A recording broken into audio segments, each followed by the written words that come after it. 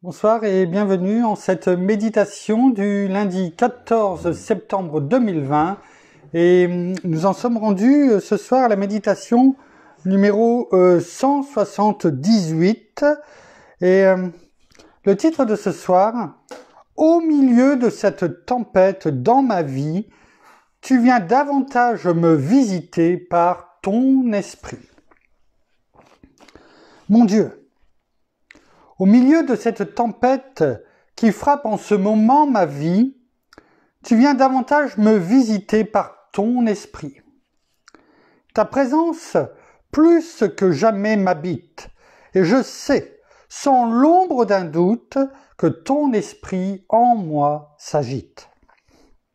Là où je me trouve, au milieu de ce désert desséché, tu m'enseignes et me montres actuellement ta fidélité.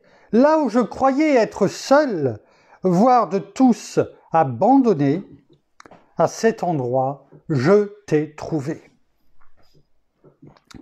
J'ai entendu ta voix crier: « Mon enfant, viens, assieds-toi à mes côtés, car ma vérité, ma loyauté et ma probité, je veux t'enseigner. » Dans cette contrée où la force du vent a tout rasé, toi fidèlement, tout autour de moi, tu as demeuré sans jamais me quitter.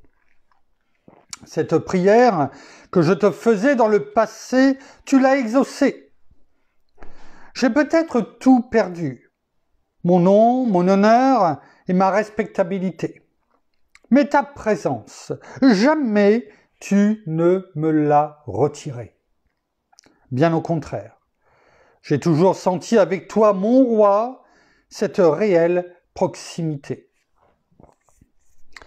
Un bon ami à moi un jour m'a cité ce proverbe africain: « Même à sec, la rivière garde son nom. » Alors, peu importe ce que me réserve demain, je sais quelle est ma véritable distinction, car mon identité ne vient pas de ce que le monde peut me donner, mais je la retrouve à travers qui je suis en toi, Dieu d'éternité.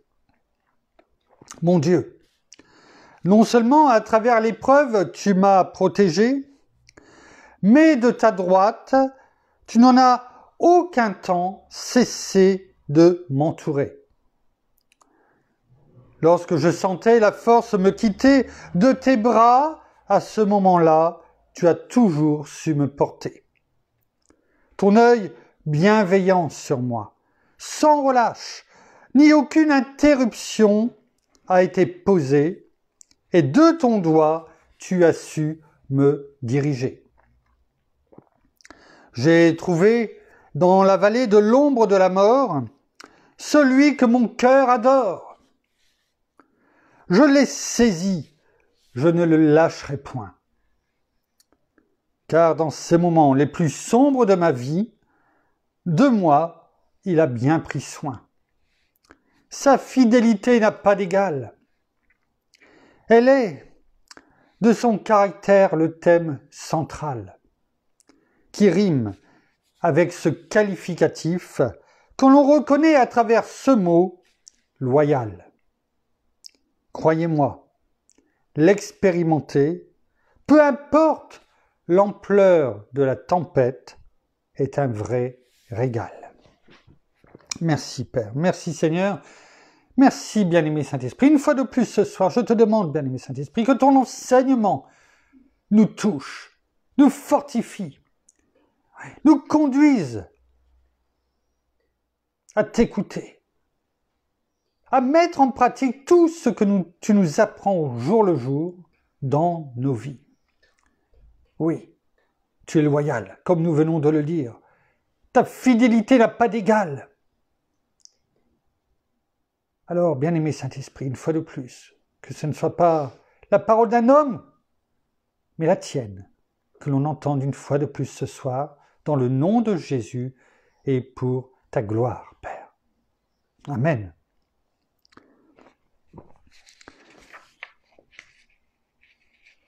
Pasteur Jean-François nous laisse 2 psaumes en entier, et nous n'aurons pas le temps de les lire. Le psaume 91 que vous connaissez, je suis sûr, parfaitement, mais également le psaume 37 que je vous convie à aller prendre ce soir, demain.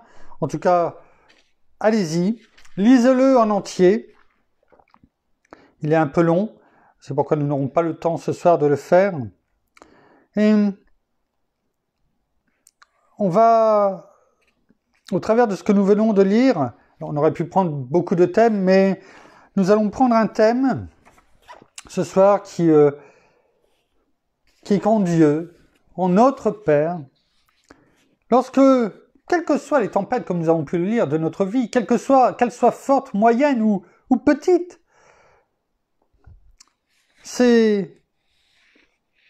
nous avons notre Père qui nous protège, notre Seigneur, notre bien-aimé Saint-Esprit, l'armée angélique qui répond à la parole de notre Père, comme il est écrit dans le psaume 91. Et même lorsque nous sommes dans la vallée de l'ombre de la mort, eh bien, on a saisi la main de notre Seigneur, de notre bon berger. Hein? On le voit dans le psaume 23. On lui a saisi la main et on ne veut plus la lâcher. Parce qu'on est bien dans sa présence. Et comme le Seigneur l'a dit, si celui qui m'a vu a vu le Père. Alors, sa fidélité n'a pas d'égal, comme il est écrit dans le psaume des temps modernes, numéro 178, eh bien, c'est le thème central de son caractère. Et quand on l'expérimente, peu importe l'ampleur de la tempête, eh bien, c'est un vrai régal d'être dans sa présence. Et on a pu le voir hier. Elle est bénéfique pour nous, elle est terreur pour notre ennemi. Et ce soir, le thème, c'est dans sa présence, parce que nous le sommes, et j'en suis persuadé, eh bien, nous avons, en tant qu'enfants de Dieu, des vies resplendissantes. Alors, pour certains, les vies resplendissantes peuvent être de plusieurs, comment dirais-je, caractères. On va parler de la vie resplendissante selon la parole, et nous allons voir au travers de quelques versets ce que la parole nous dit. Et j'aime ce proverbe africain. Même à sec, la rivière garde son nom. C'est-à-dire que quelle que soit l'ampleur de tes tempêtes, même si tu es complètement abattu, même si tu as l'impression de ne plus avoir peut-être de force pour combattre, tant que tu restes dans la présence, tant que de notre Père, tant que tu restes et tu tiens la main, tant que nous tenons la main de notre Seigneur et que nous laissons notre bien-aimé Saint-Esprit agir dans nos vies, nous pouvons avoir une certitude, même à sec, même à bout de force, notre nom ne change pas. Nous sommes toujours enfants de Dieu. Nous sommes toujours ses fils et ses filles de notre Père bien-aimé. Alors gloire à toi, Père, dans le nom de Jésus. Merci, bien-aimé Saint-Esprit. Alors, nous allons regarder au travers de la parole, eh bien, ces vies resplendissantes qui sont les nôtres, la vie resplendissante des saints que nous sommes. Hein? À partir du moment où nous venons et que nous recevons notre Seigneur comme le Seigneur et le Sauveur de nos vies, nous sommes des saints. Non pas des saints à l'instar de ce que veut dire l'Église catholique, mais les saints selon la parole de vérité. Et regardons au travers de la parole ce qu'elle dit à ce sujet. Et une fois de plus, ce que est notre héritage en tant que saints, en tant qu'enfants de Dieu. Regardons cet héritage. Et nous allons prendre, la parole et les versets que nous allons prendre. Nous allons pour certains, les voir au travers différentes versions. Et vous allez voir, elles sont belles, ces versions. Et ça va nous permettre de mieux appréhender la richesse de cet héritage qui est le nôtre en tant qu'enfant de Dieu. Il est écrit dans Job 11, verset 17, « Ton existence se lèvera plus brillante que le midi. les ténèbres seront comme le matin. Dans la version Colombe. Et dans d'autres versions, notamment la nouvelle en français courant, nouvelle français courant, il est écrit ton existence. Donc pas simplement, si, là on avait parlé de ton existence, deviendra plus radieuse. Plus radieuse, on avait vu plus brillante, là plus radieuse. C'est formidable. C'est même encore, je dirais presque plus fort que brillant. Radieux. Quand quelqu'un est radieux, c'est encore plus fort que la joie. Ça se voit sur le visage. Quelqu'un qui est radieux, vous pensez que ça se voit pas sur son visage? Bien sûr que si. Et c'est ça notre héritage. La présence de Dieu en nous, par son esprit. Jésus en nous, on le sait. Celui qui demeure en moi et moi en lui portera beaucoup de fruits. Nous avons ce visage radieux. Parce que nous savons qui nous sommes. Oui, nous sommes dans ce monde, mais nous ne sommes pas du monde. Nous sommes enfants de Dieu. Et ça se voit sur notre visage. Ça se voit sur notre visage parce que nous sommes radieux. Ça fait partie de notre héritage. C'est ce que la parole dit pour nous, pour les saints, ses enfants. Est-ce que c'est le cas? Ton existence deviendra plus radieuse que quoi? Que la lumière du midi, là où le soleil normalement est le plus haut. L'obscurité sera claire comme le matin. C'est-à-dire que pour nous, il n'y aura pas d'obscurité. Dans une autre version, qui est la version parole de vie, il est écrit « ta vie ». Ton existence, mais ta vie au quotidien, chaque seconde. Je ne sais plus, je crois que c'est 86 400 secondes qu'il y a dans une journée. Je n'ai pas le chiffre exact, mais je crois que c'est ça. Je l'ai vu, je crois, il n'y a pas longtemps dans un partage. Chaque seconde de ta vie, au quotidien, multiplié par le nombre de jours qui est écrit sur le livre de vie dans les cieux. Ta vie sera plus claire que le jour à midi. La nuit brillera comme quoi? Comme la lumière du matin. Il n'y aura pas d'obscurité en tant qu'enfant de Dieu. Parce que le Seigneur, notre Père, notre bien-aimé Saint-Esprit brille en nous. Vous savez, c'est dans l'Apocalypse qu'il est dit, je ne sais plus si c'est le 21, 22 ou 20, je ne sais plus exactement, je crois que c'est le 22, qu'il est dit que la Jérusalem céleste, quand elle va descendre, s'installer sur la nouvelle terre, eh bien il n'y aura plus de nuit, parce que la présence de Dieu suffira pour éclairer toute la terre. Il n'y aura plus d'obscurité. Voilà cette même lumière qui est en nous. Quel héritage! Quelle gloire! Saisissons-la! On a vu hier que nous ne devons pas simplement remercier pour les promesses. Bien sûr que nous devons le faire, mais pas que. Tout l'héritage qui nous est donné, nous devons le mettre en pratique. Et cette lumière, elle est en nous, elle brille en nous. La parole nous le dit, elle est en nous et elle brille. Nous ne devons pas être, on doit pouvoir faire la différence entre quelqu'un du monde et nous. Est-ce que c'est le cas aujourd'hui? Est-ce que si l'on ne parle pas, on arrive à faire la différence? Rien qu'en nous regardant.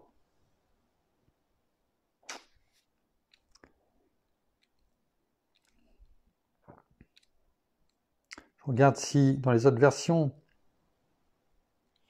c'est un peu la même chose. Le psaume 34. Psaume 34, verset 6. On va le prendre aussi dans d'autres versions. Je vous demande toujours quelques secondes pour le paramétrer. Psaume 34, verset 6. Psaume 34, verset 6. Regardons ensemble. Dans la version Colombe, il est écrit « Quand on regarde à lui, on resplendit de joie. » Vous voyez, on monte d'un cran. Avant, on a dit que ta vie, ton existence brillera de jour comme de nuit. Là où le soleil est le plus, normalement, en hauteur, ta vie brillera de la même façon. Mais il n'y aura pas d'obscurité. Mais pourquoi? Parce que lorsque l'on regarde à lui, on resplendit de joie. Et le visage n'a pas à rougir. On ne doit pas avoir honte. C'est ça que ça veut dire. Notre héritage nous permet de ne pas avoir honte de Dieu, de notre Père, de notre Seigneur, de notre bien-aimé Saint-Esprit. La parole le dit dans Romains 1, 16, 17, « Car je n'ai pas honte de l'Évangile. C'est une puissance de Dieu pour le salut de quiconque croit, du juif premièrement, puis du grec. » Donc nous sommes dedans. Et la parole nous dit dans d'autres versions, là, au verset 6 donc du psaume 34, « Ceux qui regardent vers lui, là aussi, sont radieux, et leur visage n'a pas à rougir. » Vous voyez, on retrouve ce mot, radieux. Pourquoi? Parce qu'on le regarde à lui. Dans une autre version, il est écrit, c'est dans la Bible en français courant, « Ceux qui lèvent les yeux vers lui rayonnent de joie. » Nous rayonnons comme le soleil au zénith. Non pas nous, mais Christ en nous. L'Esprit de Dieu en nous. Notre bien-aimé Saint-Esprit. Nous sommes rayonnants de joie. On brille. Nous sommes, on revient sur ce qu'on a dit la semaine dernière, la lumière du monde. Parce que nous rayonnons. Christ rayonne en nous. Et la honte n'assombrit plus leur front. Notez bien, je le note moi en le lisant avec vous, la honte, on l'a vu tout à l'heure, n'assombrit pas. Donc ça veut dire que lorsqu'on a honte, eh bien c'est comme l'ombre. Ça assombrit le visage. Quand on a honte, ça assombrit le visage. C'est ce que la parole dit. La honte n'assombrit, non pas, mais notez la différence, n'assombrit plus leur front. C'est-à-dire que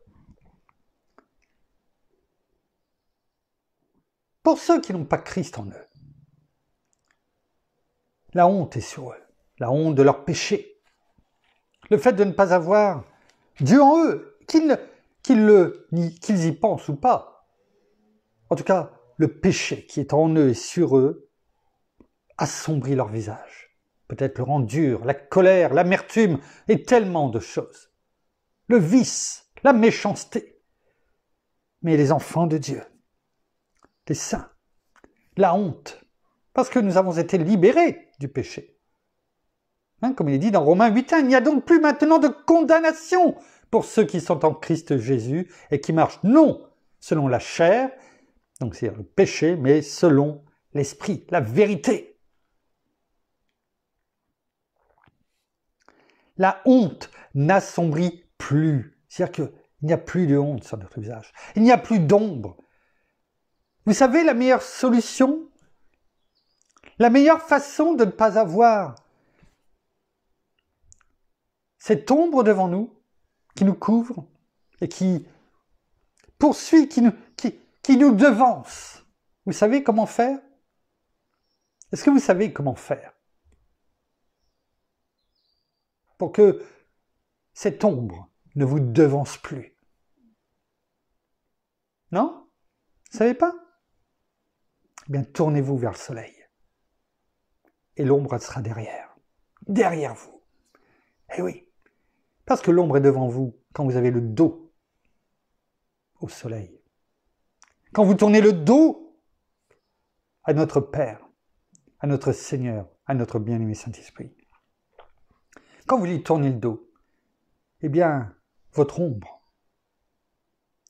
eh bien, vous précédera toujours.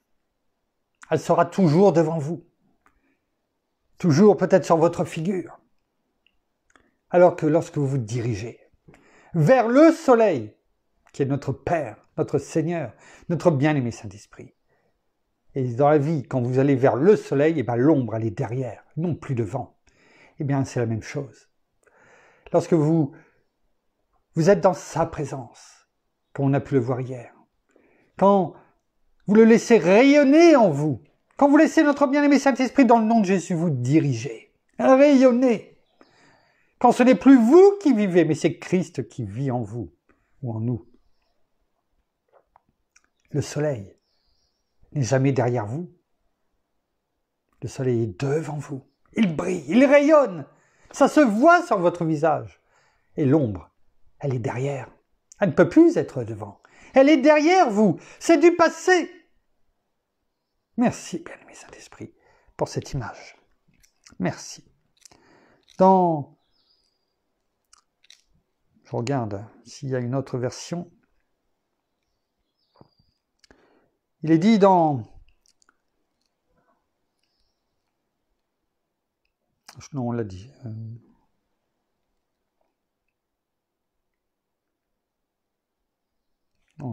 Les autres, on l'a vu. Regardons ce qui est dit dans, maintenant, Ecclésiaste. Ecclésiaste, chapitre 8, verset 1er. Ecclésiaste, chapitre 8, verset 1er. Qui est comme le sage? Et qui connaît l'explication des choses? La sagesse de l'homme éclaire son visage. Et la sévérité de sa face est changée. Bien sûr, vous avez toutes et tous compris que cette sagesse, c'est celle qui vient de notre Père, celle qui est en nous, la sagesse divine. La sagesse humaine conduit à la folie. Et la parole le dit.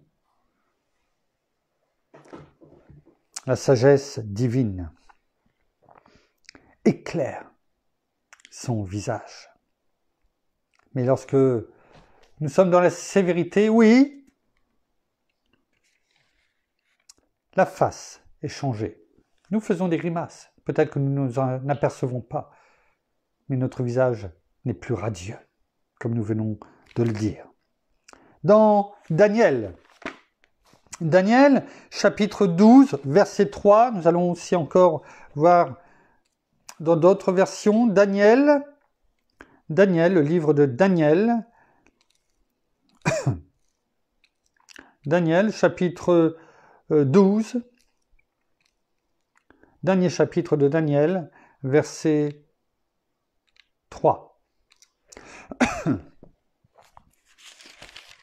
Daniel, chapitre 12, verset 3. Dans la Bible Colombe, il est écrit « Ceux qui auront été des clairvoyants resplendiront comme la splendeur de l'étendue céleste. Et ceux qui auront enseigné la justice à la multitude comme des étoiles à toujours et à perpétuité. » J'aime ce verset. Nous allons le voir et mieux peut-être le comprendre dans d'autres versions. Vous allez voir. Prenons la version en français courant. Les gens intelligents rayonneront de splendeur comme la voûte céleste. Vous avez déjà regardé, lorsque le ciel, la nuit, est bleu, je veux dire visible, transparent. Et vous voyez toutes ces étoiles, briller. Combien? Je pense que tout le monde est resté déjà quelquefois admiratif devant toutes ces étoiles qui scintillaient. Cette voûte céleste. Quelquefois, on ne peut même pas les compter tellement que c'est beau. Bien, les gens intelligents, cette intelligence divine, on a pu déjà méditer tout au début sur cette sagesse qui nous donne la connaissance, la sagesse divine qui nous donne, qui est bien, très bien décrite dans la parole, au début, dans les proverbes. Eh bien, cette sagesse qui nous donne, divine, qui nous donne l'intelligence, c'est la porte ouverte à l'intelligence et à la connaissance. Eh bien, les gens intelligents rayonneront de splendeur comme la voûte céleste, après avoir montré aux autres comment être fidèles. Ils brilleront pour toujours comme des étoiles. Nous allons des deux choses dans ce verset, qui est notre héritage, et dans ce que nous devons faire.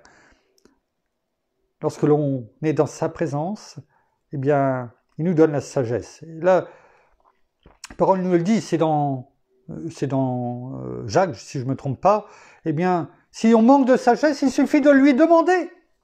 Et il la donne librement, sans compter. Eh bien, il est dit que dans ces cas-là, nous rayonnons de splendeur comme la voûte céleste. Mais ce qui nous est demandé, c'est la deuxième partie, après le point-virgule, après avoir montré. Et la parole nous dit, nous devons à notre tour être des témoins. Vous savez, on doit passer comme dans les courses de relais, eh bien, pour gagner la course, ou pour en tout cas terminer, être sur le tableau, eh bien, on doit passer. Il y a 4 athlètes et on doit passer à tour de rôle le relais. Là, il n'est pas dit de nombre, la question n'est pas le nombre, mais nous devons aussi à notre tour être dans l'action.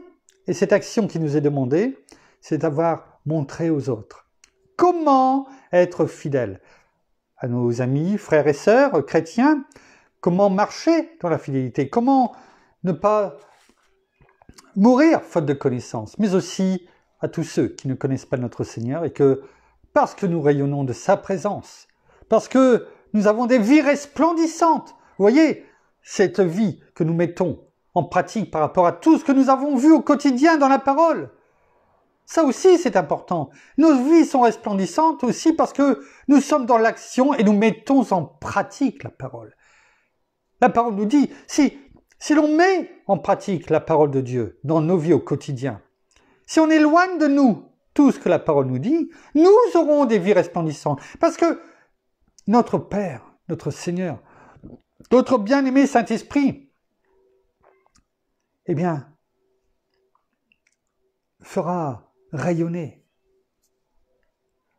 toute cette bienveillance, cette bonté sur nous, afin que nous rayonnons et que nous puissions, et qu'il attire par des cordages d'amour, des contacts divins vers nous, afin que nous puissions parler aux personnes qui en ont besoin à un moment donné, afin qu'ils découvrent le même amour que le Père a pour eux, que notre Seigneur Jésus a pour eux, afin que notre bien-aimé Saint-Esprit qui est autour d'eux vienne en eux et que leur cœur de pierre soit extirpé et remplacé par un cœur de chair.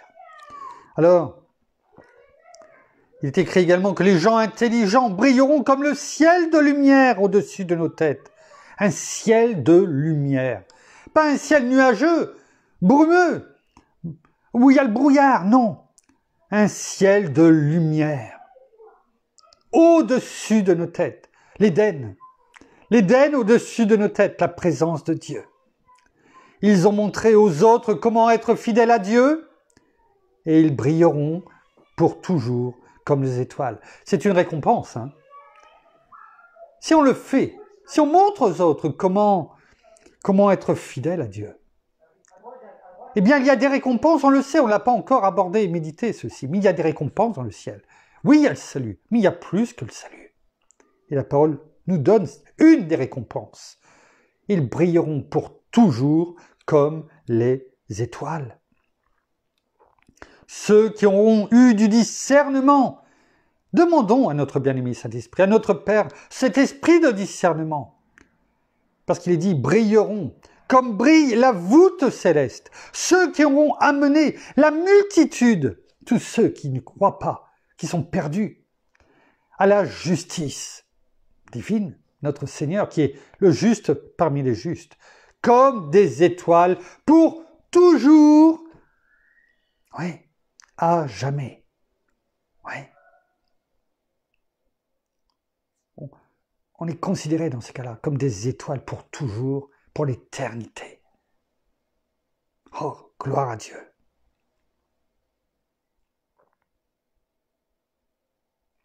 L'autre version, c'est la même chose. Voyez un peu. Voilà ces vies resplendissantes. Ce n'est pas que pécuniaire.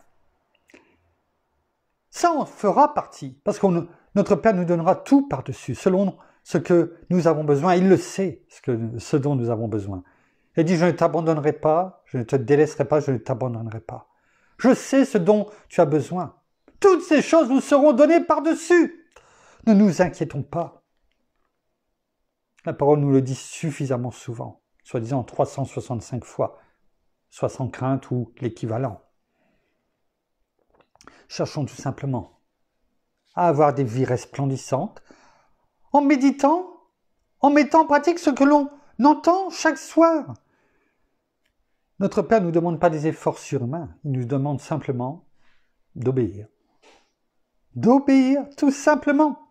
Alors, regardons dans Jean 5, verset 35, ce qui nous est dit. C'est notre Seigneur Jésus qui parle. Jean le Baptiste, était la lampe qui brûle et qui brille. Et vous avez voulu vous réjouir 1 heure à sa lumière.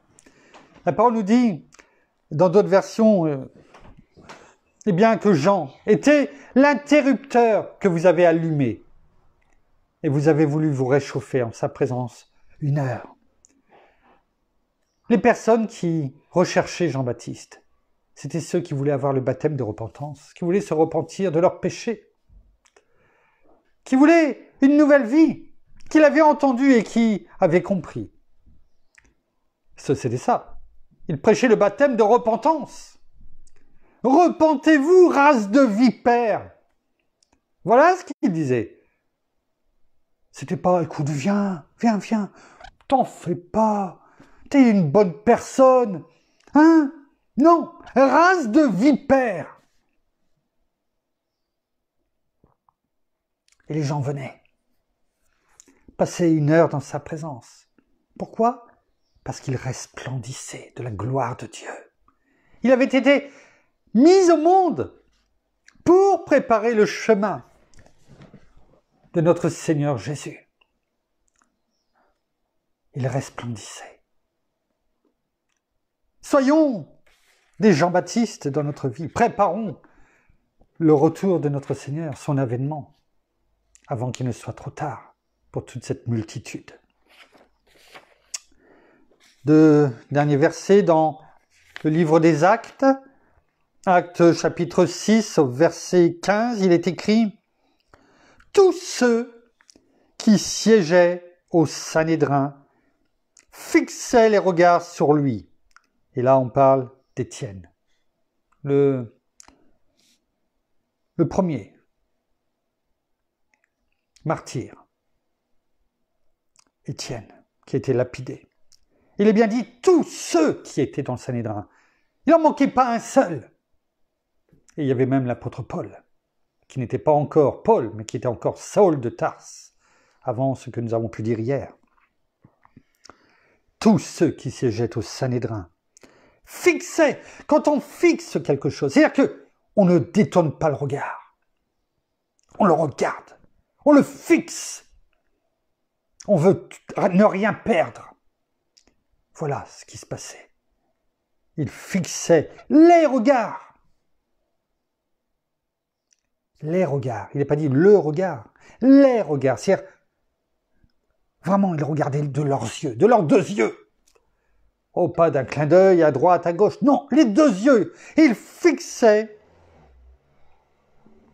les regards sur Étienne, sur lui. Et virent quoi?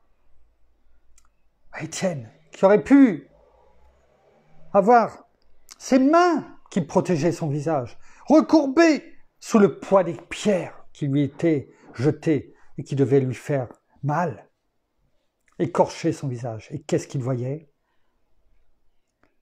Et virent son visage comme celui d'un ange. Ouais. Voilà son visage.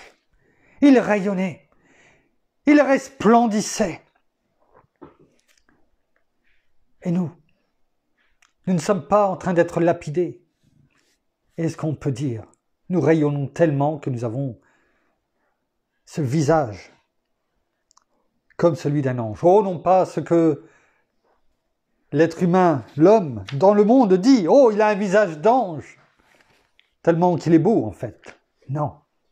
Mais ce visage qui rayonne de la gloire de Dieu, de Christ en nous. Enfin, pour terminer, dans 2 Corinthiens, chapitre 3, verset 18, il est écrit, et on l'a déjà médité, nous terminons avec ce verset, « Nous tous, dont le visage dévoilé reflétons comme un miroir la gloire du Seigneur. Nous sommes transformés en la même image de gloire en gloire, comme par le Seigneur l'Esprit. On l'a déjà vu, on l'a médité, et c'est l'image de Moïse, qui, lorsqu'il n'avait pas son visage avec ce voile, eh bien, rayonnait de la gloire de notre Père, de l'Éternel. Il rayonnait, il était obligé d'avoir ce voile devant l'homme, parce que sinon, il ne pouvait pas le regarder. Alors, soyons également, à l'instar de Moïse, tellement rayonnants que nous avons besoin presque de ce voile. Mais non, nous n'en avons pas besoin. Pourquoi? Parce que le but, c'est que les personnes disent « Mais tu rayonnes, il y a quelque chose que j'aimerais avoir comme toi. Ta vie est resplendissante, ton visage est radieux. Je veux ce que tu as. » Oui, un bon esprit, une envie, certes, mais pas un esprit démoniaque. Cette envie de te ressembler, non pas nous, mais Christ en nous. Comme l'apôtre Paul le disait, « Soyez mes imitateurs, non pas moi, mais de Christ qui vit en moi. » Alors, oui, Père, Seigneur, bien-aimé Saint-Esprit, que nous puissions, chacun d'entre nous, non seulement tourner nos yeux vers toi afin de resplendir, et que notre vie, dans tous les domaines de notre vie, soit une vie resplendissante pour ta gloire, dans le nom de Jésus. Nous terminons par la prière. Merci. Je viens.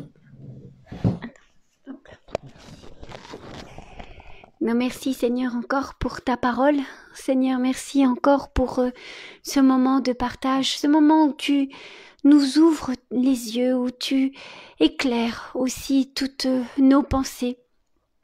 Et vraiment où tu ouvres aussi nos oreilles afin que nous puissions entendre ce que tu as à nous dire par notre bien-aimé Saint-Esprit. Alors oui, que nous puissions chaque jour apprendre à te connaître encore un peu plus dans nos vies et que nous mettions en pratique tout ce que tu nous demandes, tout ce que tu attends de nous, afin que nous puissions briller non seulement pour nous, mais aussi pour les autres qui sont à côté de nous, et que cela fasse toute la différence, que nous soyons ces enfants qui sont là pour toi et qui brillent et qui rayonnent de ta lumière, qui rayonnent de ta joie, de ton amour et de ce que tu veux transmettre, ce que tu veux donner aux uns et aux autres, aux personnes qui sont autour de nous, que nous puissions être ce témoignage vivant, afin que nous puissions vraiment parler de toi librement à toutes ces personnes et qu'elles comprennent combien